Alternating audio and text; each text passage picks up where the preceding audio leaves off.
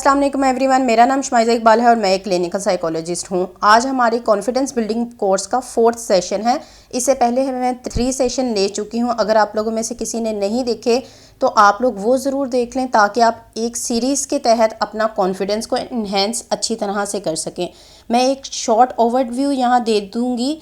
जिस तरह से सबसे पहले हमने सेशन में ये देखा कि हम सेल्फ इस्टीम क्या होती है, कॉन्फिडेंस लेवल क्या होता है, फिर हमने मेडिटेशन देखी, फिर हमने ये देखा कि पॉजिटिव मैसेजेस किस तरह से हम लोग ले सकते हैं, पॉजिटिव एक्टिविटीज़ किस तरह से करते हैं, और फिर हमने पॉजिटिव सिचुएशंस में खुद को ढालना शुरू किया कि हम किस तरह से पॉजिटिव सिचुएशंस में ढाल सकते हैं। लास्ट वीडियो में सेशन 3 में हम लोगों ने क्रिटिसिज्म के बारे में देखा था कि हम लोगों के क्रिटिसिज्म को किस तरह से चेंज कर सकते हैं, या उसके साथ हम कौन कौन सी एक्सरसाइजेस कर सकते हैं जिससे हम लोगों के क्रिटिसिज्म को चेंज करके या उनके क्रिटिसिज्म से फ़ायदा उठा सकते हैं। आज की वीडियो में हम ये देखेंगे कि हम खुद के साथ जो खुद कंपैरिजन लोगों का करना शुरू कर देते हैं उसके हम किस तरह से पॉजिटिव वे में ले सकते हैं। सबसे ज़्यादा नुकसान हमारा एक तो वो हो रहा होता है ना कि जैसे लोग हमारे साथ कंपैरिजन कर रहे होते हैं, लोग हमारा कंपैरिजन किसी के साथ कर रहे होते हैं, लो ये क्या हो गया, तुम इस तरह करोगी, तुम उस तरह करोगी। इसके अलावा जो उससे भी बुरा कंपैरिजन होता है ना, वो ये होता है कि हम जो अपना कंपैरिजन दूसरों के साथ करना शुरू कर देते हैं। जैसे हम ये सोचते हैं कि अच्छा ओहो उसका देखा था, उसका कितना रंग अच्छा साफ़ हो गया था, या वो देखो उनमें तो बहुत अच्छा है, वो कमाना शुरू कर दिया। इस तरह का जब हम कंपैरिजन करना शुरू करते हैं ना, तो ये हमारी ही अपने साथ जंग हो रही होती है, हम खुद को लो फील करवा रहे होते हैं। तो यहाँ आपने इस चीज़ का ख्याल ख़ास कर रखना है कि आपने कभी भी अपना कंपैरिजन किसी के साथ नहीं करना। और ये हमें पता नहीं लग रहा होता, अगर आप अपने पूरे दिन का एनालिसिस करें तो आप तकरीबन रोज़ाना की बुनियाद पर 2-3 लोगों से कंपैरिजन तो लाजमी कर रहे होंगे, या आप नहीं कर रहे, कम से कम आप अपने किसी से बातचीत करते हुए कंपैरिजन ज़रूर कर रहे होंगे कि अच्छा उसको देखा है क्या हो गया, उसको देखा है। तो ये भी एक कंपैरिजन में ही आ रहा होता है। आपका जहन आपकी बातों से चलता है, जो आप अपने जहन को बता रहे होते हैं। जब आप ये अल्फाज किसी के साथ शेयर कर रहे होते हैं, आप तो कहेंगे नहीं मैं तो एक जस्ट सरसरी सी बात कर रही थी, मैं कोई ऐसी बात नहीं कर रही थी जिससे मैं अपना कंपैरिजन करूं, मेरे जहन में ऐसी बात नहीं थी। लेकिन आपके जहन ने आपके अल्फाज सुने, उससे आपकी सोच का पता लगा, और वही आपके जहन में बार बार चलता रहा, अच्छा कि वो फ़लाँ शख्स इस तरह का है। तो आपने ये कोशिश करनी है कि ख़ुद का कंपैरिजन किसी के साथ भी नहीं करना। सेकेंड, आपने ये देखना है कि आप ख़ुद का कंपैरिजन, हेल्दी कंपैरिजन किस तरह से कर सकते हैं। वो आप अपना कंपैरिजन अपने ही पास्ट के साथ कर सकते हैं। जैसा कि आपने ये सोचा कि अच्छा 1 हफ़्ता पहले मैं बहुत ज़्यादा खुश थी, तो उसकी क्या रीज़न्स हैं, और आज मैं वो खुशी महसूस क्यों नहीं कर रही।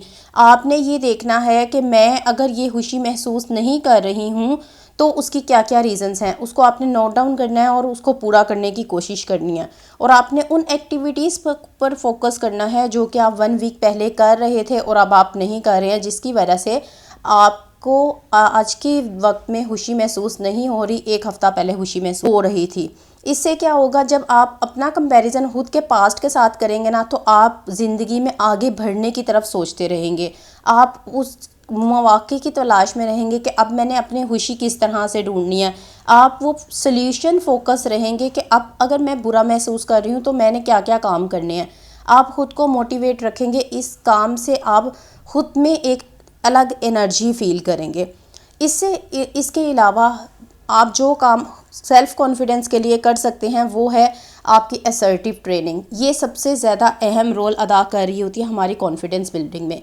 अगर हमें कोई तनकीद कर रहा होता है, हम वहाँ असर्टिवली नहीं बात कर रहे होते, इस वजह से हम अपने आप को लो फील करवाते हैं, हमारी सेल्फ इस्टीम लो हो रही होती है। हम बहुत ज़्यादा किसी के काम आ रहे होते हैं, हम उसको ना नहीं कर रहे होते, वहाँ हमें बहुत ज़्यादा अपनी कमी महसूस हो रही होती है।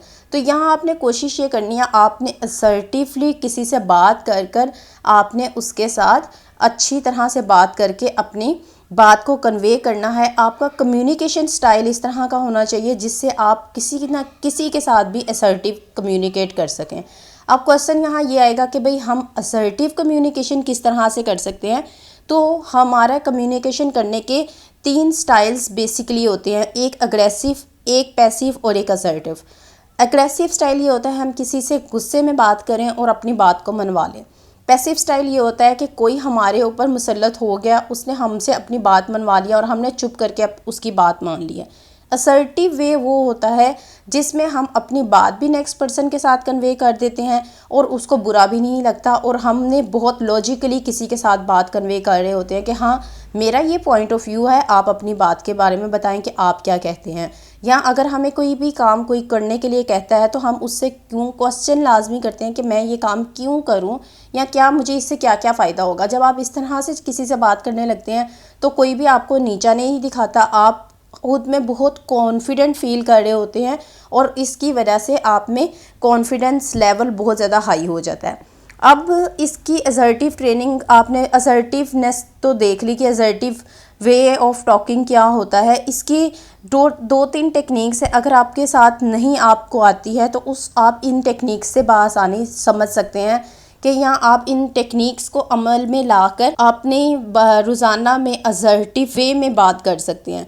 उसके लिए सबसे पहले एक टेक्निक होती है जिसको हम ये बोलते हैं स्टक रिकॉर्ड टेक्निक, मतलब कि स्टक हो गया हुआ है कोई भी रिकॉर्ड की हुई चीज़। अब ये उस तरह से काम करती है, अगर आपने पुराने प्ले रिकॉर्डर्स देखे हों तो उसमें एक रील सी मौजूद होती थी जिसमें अगर वो स्टक हो जाती थी तो वही चीज़ बार बार रिपीट होती रहती थी, तो वहाँ ही कोई बात स्टक हो जाती थी। तो आपने कोशिश ये करनी है, जब आपका एक पॉइंट ऑफ व्यू कहीं क्लियर नहीं हुआ या कोई भी पर्सन आपको किसी बात के बारे में कह रहा है तो आपने अपनी बात पर स्टक रहना है।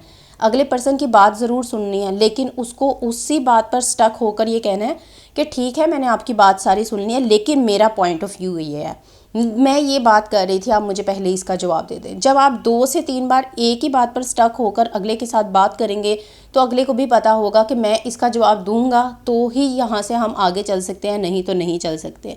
कोशिश ये करें कि अग्रेसिव होकर बात नहीं करें, असर्टिव होकर अपनी आवाज़ में धीमा लहजा रखकर और अगले तक बात पहुँचाने की कोशिश करें। इससे क्या होगा, जब आप एक बार आप कामयाब होंगे, 2 बार होंगे, तीसरी बार आप इसमें कॉन्फिडेंट फील करेंगे कि हाँ मैं किसी से अपनी बात मनवा भी सकती हूँ। जब ये चीज़ आ जाएगी तो उसमें आपका कॉन्फिडेंस बहुत ज़्यादा इन्हेंस होगा, कॉन्फिडेंस बहुत अच्छा आपका अप जाएगा। नेक्स्ट टेक्निक ये होती है जिसको हम बोलते हैं फॉगिंग टेक्निक। फॉगिंग टेक्निक का मतलब होता है एक फॉग सा आ गया, एक बादल सा आ गया, इसको इस तरह से हम कह सकते हैं। ये इस तरह से होगा कि आप अगर आपकी गलती है और आप को पता है कि नेक्स्ट पर्सन ने आप पर गुस्सा करना है और आप उसको किस तरह से सामना करेंगे असर्टिव वे में। अब आपको पता है कि आपने कहीं जाना था और कहीं पहुंचना था और आपकी फ्रेंड आपका वेट कर रही थी। आप यहाँ से जाएंगे और यहाँ से रास्ते में आपको कोई काम पड़ गया और आप लेट से लेट होते गए। आप वहाँ जाएंगे, आपको भी मालूम है कि नेक्स्ट पर्सन गुस्से में होगा और यहाँ आपकी गलती है, और आपने क्या करना है कि इस सिचुएशन को क्लैरिफाई करने के लिए आप उसको, वो आप एकदम से गुस्से में बात करेगी तो आपने कोशिश करनी है उसके साथ गुस्से में बात नहीं करनी। आपने उसको बहुत धीमे लहजे में ये कहना है, हाँ मुझे मालूम है मुझे देर हो गई है और उसकी कुछ रीज़न्स थी, कोई प्रॉब्लम्स आ गई थी रास्ते में, इस वजह से मैं देर हो गई और अब जो है हम काम की बात शुरू करते हैं। जब आप इस तरह से बात करेंगे तो नेक्स्ट पर्सन को ये होगा कि हाँ इस इंसान को एहसास है अपने देर होने का, और इसको जो और ये अब बात आगे करना शुरू कर रही है। समटाइम्स ऐसा होता है कि नेक्स्ट पर्सन जो होता है वो गुस्से में ही आपसे बात कर रहा होता है, तो लेकिन आपने इसमें के दरमियान ही रहना है, आपने असर्टिव वे में ही बात करनी है।